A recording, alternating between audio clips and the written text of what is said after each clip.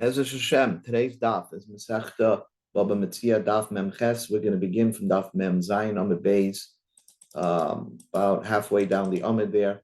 Amar Rabbi Yochanan. It's a fundamental machloikis in the Gemara that we're going to be discussing today. Says the Gemara. Amar Rabbi Yochanan. Rabbi Yochanan says, Dvar Torah min haTorah ma'ois koines. Min haTorah, what makes an actual sale is the transfer of money, paying for the item that makes the item that effectuates the acquisition. Why did they say? Why did Chachamim says it doesn't work anymore? Only thing that you can buy, the only way to effectuate an acquisition on a movable item. Let's say you're buying a bicycle. The answer is, or a bundle of wheat. Meshicha kaina. They only say if you drag the item to your property, or you lift it up, that's the only way you effectuate the kinyan. Why? Because if we allow the seller to have just money as that finalizes the sale, then as long as you didn't pick up the item, if a fire broke out in the seller's property, he's not going to do anything to save your wheat because he says it's yours. And therefore, it's going to be burnt and you're going to suffer a loss. The purchaser will suffer a loss. So in order to prevent that from happening, we tell the seller that really the wheat still belongs to you as long as the buyer did not do any meshicha. So that's why they abolished the fact that mo'is koines, that money could make the kinyan. They require that the purchaser do a mashiach, and that's the only way to make the kinyan.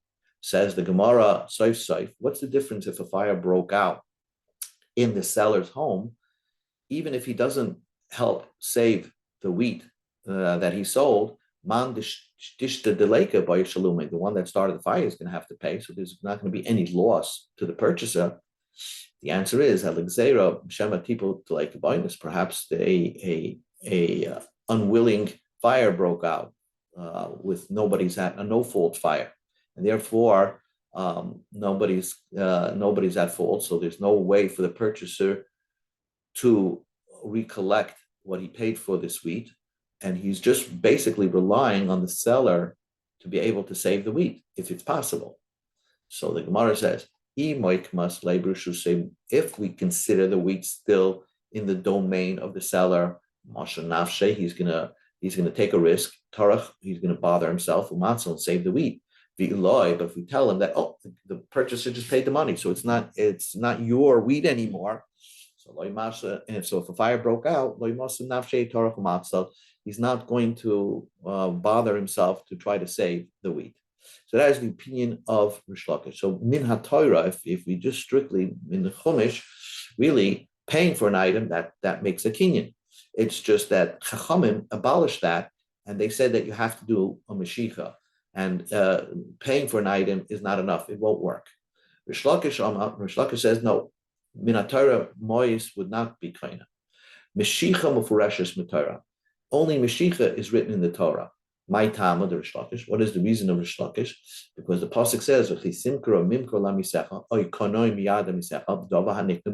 there are some things the Torah discusses there. Don't rip people off, and the Torah discusses if you're selling something or you're purchasing something, and from the hand of somebody else, you're purchasing from the hand of somebody else. How do you purchase something from the hand? You actually take it from his hand and bring it over to yourself. So therefore, we see clearly that Mashicha is a kinyan in the Torah.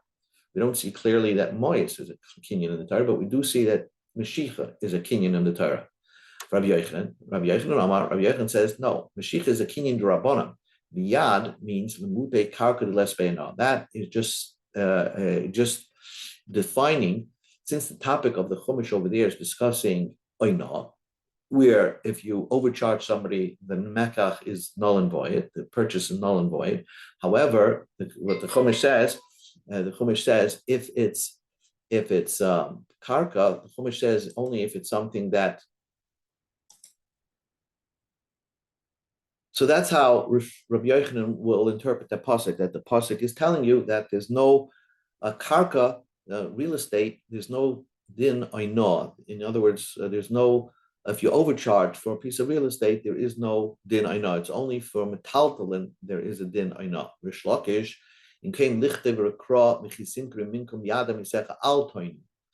Oikoinoi lamali. Why does the Torah add the word if you're purchasing? Shema minolam shicha. It's teaching you the idea of Mashiach. So according to Rish Lakish, teaches you both ideas, that metaltalin works with Mashiach, and also that karka, there is no aino. Rabbi Yochanan, oikana, my avidlay, what does he do with the oikana? The baile, he needs to look at the tiny, like we learned in Baraisa. I only know if the purchaser got ripped off, the mekach is null and void. How do you know if the seller got ripped off? Let's say the purchaser put up small capital for what it's actually worth. How do you know that that will also null and void the sale? If you purchase and you don't purchase the full price or somewhere near the full price, then it's oina and the mekach would be bottled. So Rabbi Yochanan uses the pasuk to teach you that the din oina applies by the seller and also by the purchaser, but he doesn't have an extra pasuk to teach you the idea of Mashiach koina by metaltalin.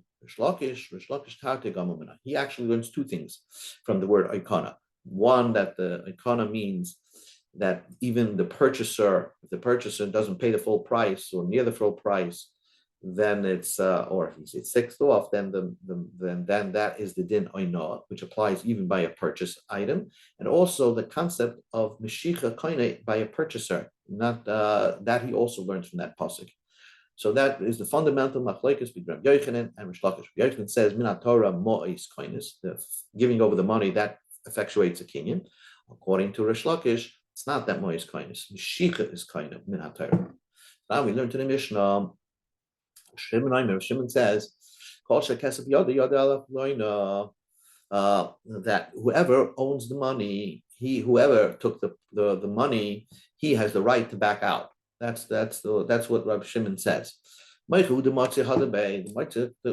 understanding our mission that the seller could back out, but the keach cannot back out. If you hold like Rabbi Yochanan that more is kind of mishum hachi, so then whoever, since the seller in our Mishnah took money, mishum hachi moichem matzeh, therefore the seller could back out because lekeach loy matzeh. The key is that the purchaser can't, because the fact that the seller took money min haTorah, there is a kinyan over here, so therefore the seller can't back out.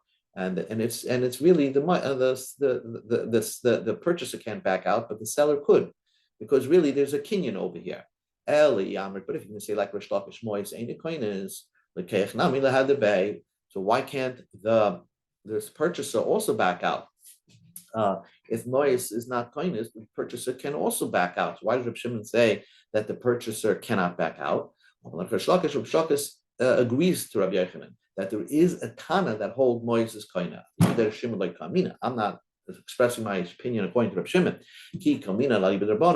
So I understand my opinion is according to the rabbis. The rabbis hold that mois ain't a kindness, and really it's just Mashiach. But Reb Shimon, could be Reb Shimon, according to Reb Shlokish, is the one that agrees that mois is kindness. Says the Gemara, Bishlam Reb Shlokish, it's on this, everything works well according to Reb Shlokish. There is a difference between Shimon and Rabbanim. Shimon holds mois is kindness, and Rabbanan hold mois ain't a kindness. El Rabbi Yochanan, ma'ika bein Reb Shimon Rabbanan. What is the difference? What are they arguing about? What kind of reason are they giving for their opinion? And for the Gemara, there will be a difference of between Rabbanan and Reb Shimon. According to Rabbi Yochanan, if they hold of what Reb Chizda said, Reb Chizda said,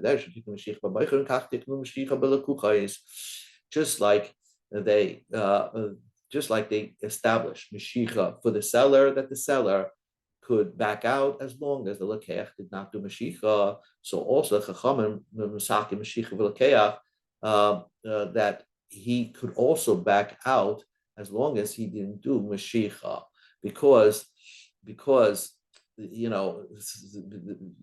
of that, because he just wants the seller, if case of fire breaks out, he wants the seller to risk himself to try to save it, because in other words, if he's going to see, if the purchaser is going to see that a fire broke out, he's going to say, "Oh, I'm going to regret." So therefore, certainly, as long as he didn't do Mashiach, the seller can back out. Shimon, less later, Reb Chizda. Shimon doesn't hold Reb Chizda. Shimon just puts the ball in the seller's court that he can back out. Rabbanan is later Reb Chizda. Rabbanan hold of Rav Chizda. Now we learn to the Mishnah. They said, Misha Parmidar Hamabal, whoever paid from the Baramal, who was the Liparam, Misha Abidurai. Mishnah says that even if there's no Mashiach taking place, if you commit to a purchase, a transaction, if you back out, you get a curse. Curse is that God who paid the Dor Hamabal, he's going to pay back for somebody who commits to something and then backs out. Yamrit, if you say then it makes perfect sense. If you hold Mo'ez Kaineh, so when you gave the money, even though you didn't do Mashiach, really Minat Torah it should work, but Chachamim says, we want you to do Mashiach. So therefore, if you back out of the transaction, you get a curse of Misha Para. But if you say Mois ain't koines, amai koiba, if you hold Mois is not koines, that Mois doesn't work, so why do you get a curse? I mean, there was no effectuate kinyan. Just because you gave money and now you want to back out, there was no kinyan over here in Torah. And in Torah, you didn't even do Mashiach over here. So why would you get a curse? And it says, because you committed verbally that you want to do this transaction. And therefore, it's once you give your word, you get a mishapara if you want to back out. Do you get a curse just by committing to something verbally? Well, tiny, we learned in the Brisa, we go to Amud Aleph, Memches, Shimon says, even though we said, talis, kind of dinazov, the ain dinazov, kind of talis, a talis, if you make a meshicha, let's say you're purchasing something with a gold dinar, right? You go gold dinar. So talis, if you make the meshicha on the talis, then automatically the transaction's good because you're paying it with a gold dinar. The ain dinar is a kind of talis. But let's say you're buying the dinar zav with the talis. That means the dinar zav is the payros and the talis is the currency. That wouldn't work. So even though dinar zav, when it comes to dinar kasef, we say dinar zahav is like a fruit compared to the dinar kasef, which is more of a currency. But when you compare a dinar zahav to a talis, the dinar zahav is currency versus a talis. Okay, nevertheless, says the Brisa, halacha is aval omru. They said mishapara me anshi dar bavul, me anshi dar aflogo, manches me ba'moiro, me mitzrayim b'yom. God who destroyed these evil people, the generation of the flood, the generation of the Haflaga, the generation of Stoma Amora, and from the Mitzrayim by the Red Sea, who also he's going to pay back somebody who doesn't commit with his words. And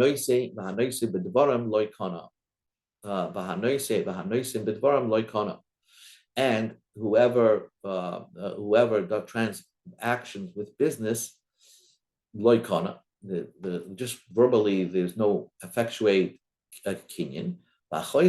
And somebody who someone who backs out from a verbal kabikim means ein ruach chacham noicha. God, the chachamim are not pleasant with that kind of. If you verbally commit to something, you don't get a mishapara, but you get the chachamim don't frown upon such a transaction, such a person. Vamarava, just the fact that chachamim are not proud of you, if you back out on your words, that's enough for me. V'ika behadayo mois. V'ika behadayo. There's a difference between actual getting a misha para or in ruach chacham moicha. If you give money koi ba'aval, if you actually effectuated a kinyan with money, you get the curse. The varam b'leika ba'daimois, but if you just verbally committed loy koi ba'aval, then you don't get an aval. So in other words, the question was that is the halacha. So this is uh, this is uh, this is the difference between the what the Gemara is now coming to a conclusion. Coming of the conclusion is that if you commit with words, you get you get an aval, but mois is not kind of midaraisa, and the nafkamina would be regarding an iser. If you makadosh a woman, according to Rabbi Yochanan, it's a good kedusha midaraisa, and it's yours. According to Rish Lakish, it's not considered to be a good kedusha.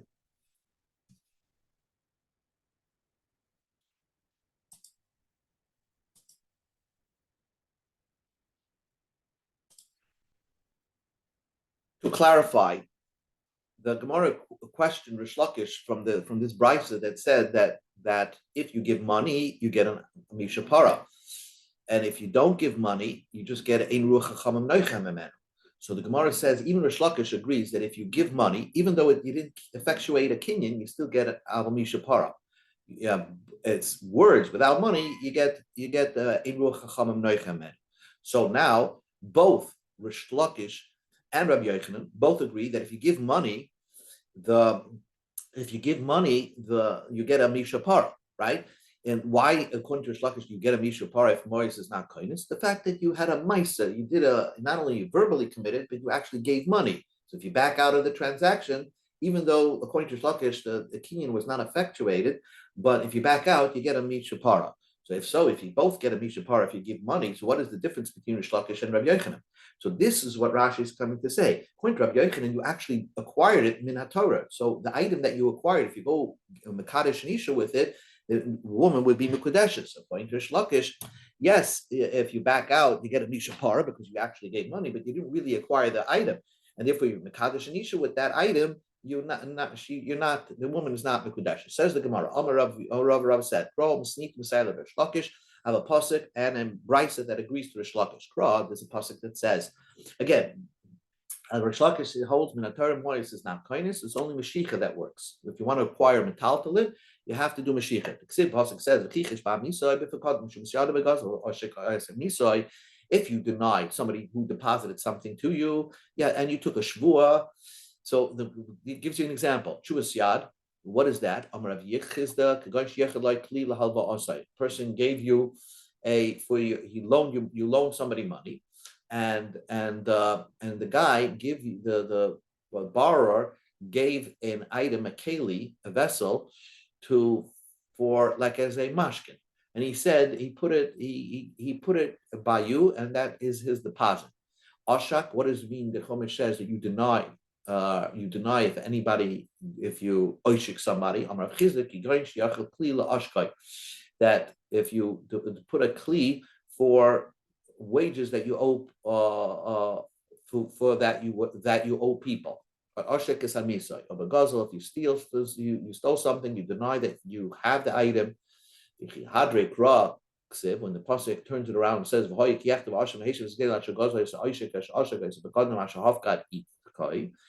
repeats it. It doesn't say anything about shumas yad. Because you're missing mashicha, and therefore the malva, the lender, did not acquire it. So therefore, that is the Gemara's pasuk that agrees with Rish Lakish, with what Rish Lakish has just said, that mashicha is the only thing that works in a time. So what we're discussing over here is that a malva owed the malva lent money to a loiva. The loiva said, "Here's a keli for your loan," and then denied it. So the loiva denied that he ever made the loan, but the malva had a keli for that. So why didn't Torah say, why doesn't that work? Why doesn't Torah repeat that? It must be because the malva didn't do mashicha on the keli, although he lent the money. Moyes is not kindness, and he didn't do mashicha.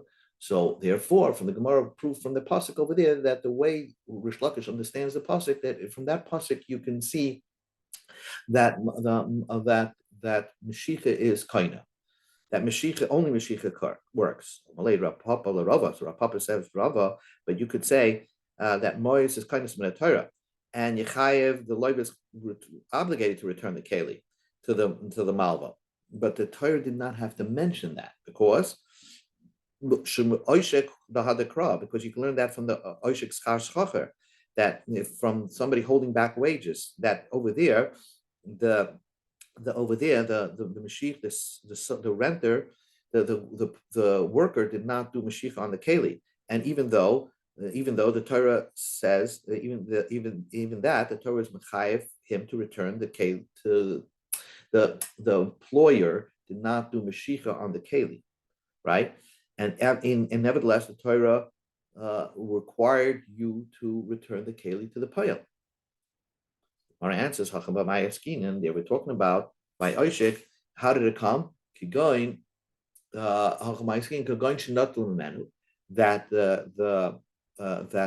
the worker took it from the balabayas, and because of hifkid etzloi, and then he gave it back to the balabayas, and therefore the Torah is chayv the balabayas to return the kli.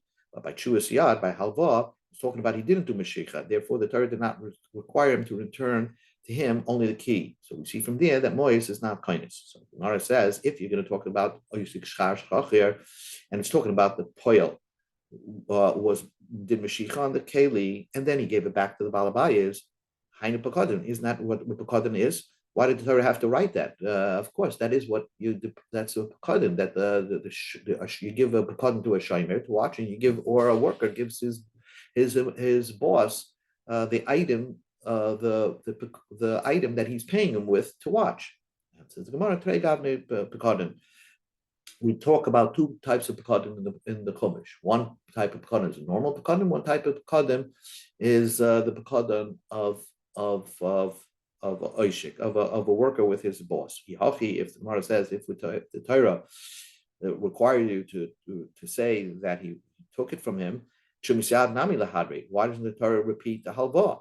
That the Torah should mention by a loiva that he returned the keli to the malva. The loiva. So the answer is, like he took it, that the malva took it from the loiva because of kidei, and then gave it back. The Gemara says, if the Torah would have mentioned shumas yad, that the loiva returned the keli, that the loiva is obligated to return the keli, that wouldn't be a question against Rish Lakish, because he could learn that he took it and he gave it back. And Rabbi Yochanan holds mois kindness will talk about, say that the pasuk is talking, he didn't do mashicha, and the loan itself, the money of the else, made the kinyan. Hashta, now that the pasuk mentioned oishik, pekadon, and gezel and aveda, and the Torah did not repeat the word shumas yad, we can learn from there that oishik is, we're talking about that the mashicha, that there was mashicha, and the halva there was no mashicha. And then you could learn Messiah. You could learn from there that the only thing that works is Mashiach, and Mammon doesn't work. Says the Gemara, Shumas Yad Lo Yahadre Kra. The Torah didn't repeat the word Shumas Yad. It says the Gemara, whatever it says above, you just repeat it as a diksiv to the bottom. Diksiv oymi kol shava olav l'sheka. Amar Rav Nachman Amar Rabba Bavu Amar Rav Labas Shumas Yad Lehi Shavoin. The Gemara just says that it didn't repeat it. So therefore, the Torah distinctively did not mention Shumas Yad, and it must be because you didn't do Mashiach, and that's why it doesn't. The halachas don't apply. So basically, we try to say there is a pasuk that seems to corroborate with what Rish Lakish said, that Mois is not koinus midaraisa. And the only thing that works with the raisa for metaltalin is Mashiach. Says the Gemara Masnisim and Alan. How do you know there's a brisa that agrees with Rish Lakish? Tanya, we learned the brisa. You have hegdish money. Not lebalan. If you give it to a lebalan is a bathhouse keeper, mall. Then the balan is then you're paying your bathhouse dues with moyes of hegdish. You get mila. V'amarav dafka balan hu. V'loy mechasre mashicha. Only if you give it to the balan. There, just by giving it over with the money, that's enough. Because he doesn't have to do. There's nothing what to do mashicha with. But if you're purchasing something, just by giving the money to the seller, then you don't get mila to them till you actually do mashicha. So we learn from this brisa that mois is not kindness min Torah metaltalin, because if it was kindness, even if you gave a pruta of hegdish to buy a metaltalin, you should right away have mila. So therefore, this brisa corroborates with Rish Lakish again that in order to kind acquire metaltalin, you have to do mashicha. Says the Gemara Batani, we learned in the brisa, nasan l'saper, if you give a matbei of hegdish, uh, L'saper moal, if you gave a mabeh of hegdish to a barber, the giver is moal and hegdish. So when we say ha boya limshik taspiris, but doesn't the barber have to lift up his scissors don't you have to lift up the scissors to hire him? Because if there's something to do mashicha with, then you should be able to do mashicha. So if you're hiring a barber, why do we say as soon as you give the money to the barber, you're moil, but the barber, you still have to hand him the instruments to do your haircuts? And says the Gemara, here we're talking about the Sapa Nochra Goy, that there's nothing to be kind of him with Mashicha. Since we learned Mashicha from a Konim Yada Misecha, and it's only a Jew Mashicha works, a Goy it doesn't work. And therefore, whoever gives a prut of Hegdish to a Goy Shabarba, right away you get the Me'ila, because there's no Mashicha, there's nothing else to do. And then this Tanya Namahachi. So one brisa says if you give it to barber, you're right, you're not moil until there's Mashicha. And this brisa says over here that there is moil when you just give the money. How can you reconcile? A goyish barber, you don't need to do Mashicha because Mashicha is not going to help you. Kan b'sap Yisrael, Jewish barber, you have to do Mashicha in order to do Mila. Shmamina, that's a good way to reconcile. Chain Omer Rav Nachman. Rav Nachman agreed with Rabbi Yochanan about Torah Mois kindness. Really, mina Torah Mois kindness. Rabbi Levi found a brisa that corroborates that mina Torah Mois kindness, because the brisa says in the Sana lemisitin mal, if you give hegdish money to a sitin, a wholesaler, right?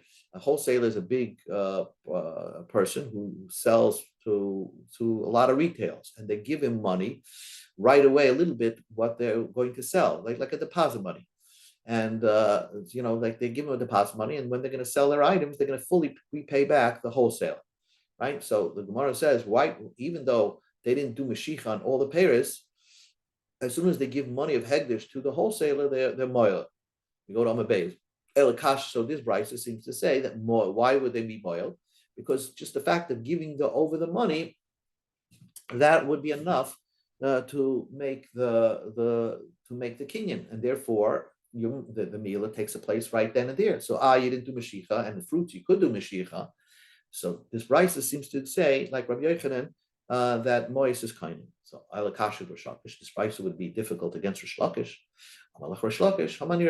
As we explained before, that Rabbi Rish Lakish does have a Tana that agrees that mois is kindness min Torah. Rabbi Rish Lakish was only talking aliba de Rabbanan, point to Rabbanan, then mois is not kaina, only mashicha is kaina. Okay, aval amr mishapara itma. When they said that if you back out of a transaction, you get a curse. Itma abayama idea. We let him know that you're going to get a curse, but Bezdin doesn't curse him. Rava says meilet laitina lay. We actually Bezdin does give him a curse.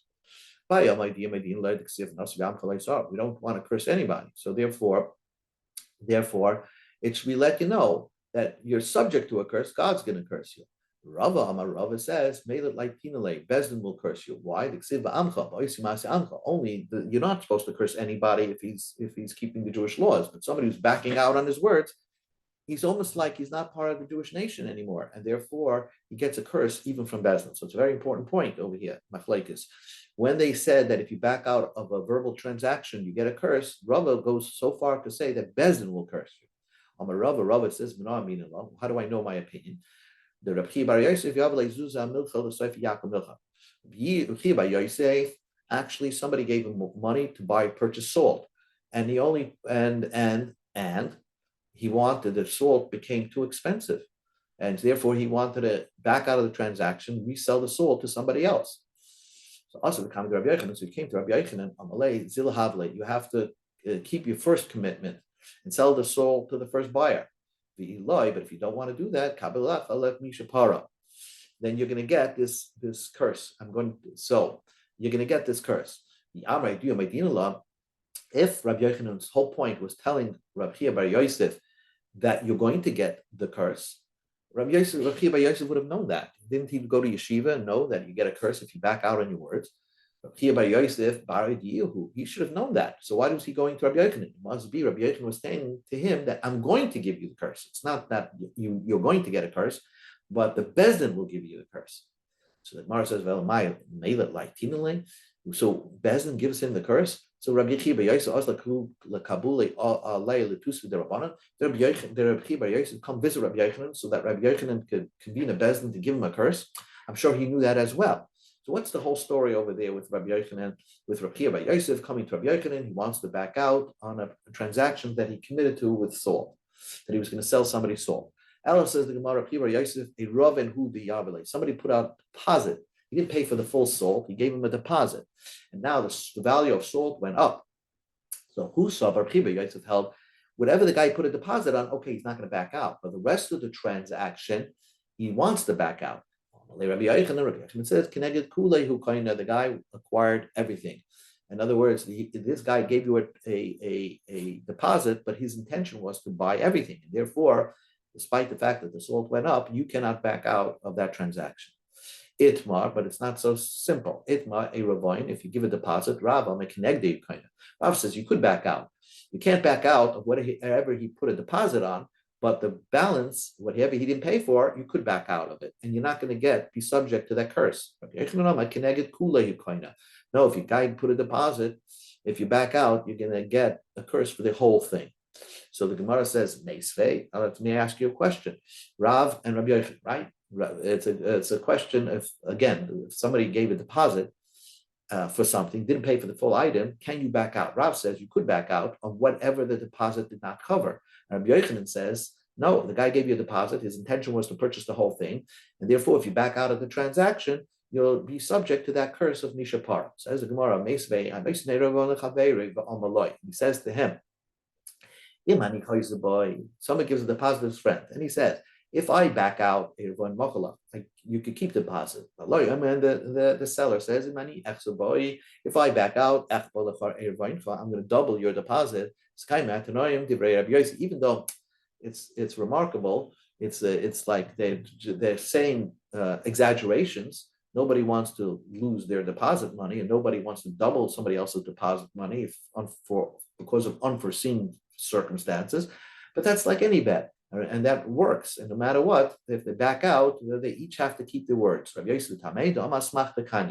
commit to something, a gambling, such a thing like that, and the other relies that you might keep your word, you have to keep your word.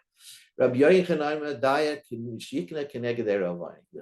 it seems Rabbi Yehuda says clearly that whatever, you have to keep your word as long as what corresponds to the deposit. Whatever the guy put the deposit, money for the deposit, that part of the deal you have to commit to. When do you say that you have to? When do you say that you're not going to only just corresponding to the deposit? If the guy said my deposit will do the kinyan, it wasn't given as a payment. As the payment, and the rest he's going to owe the money.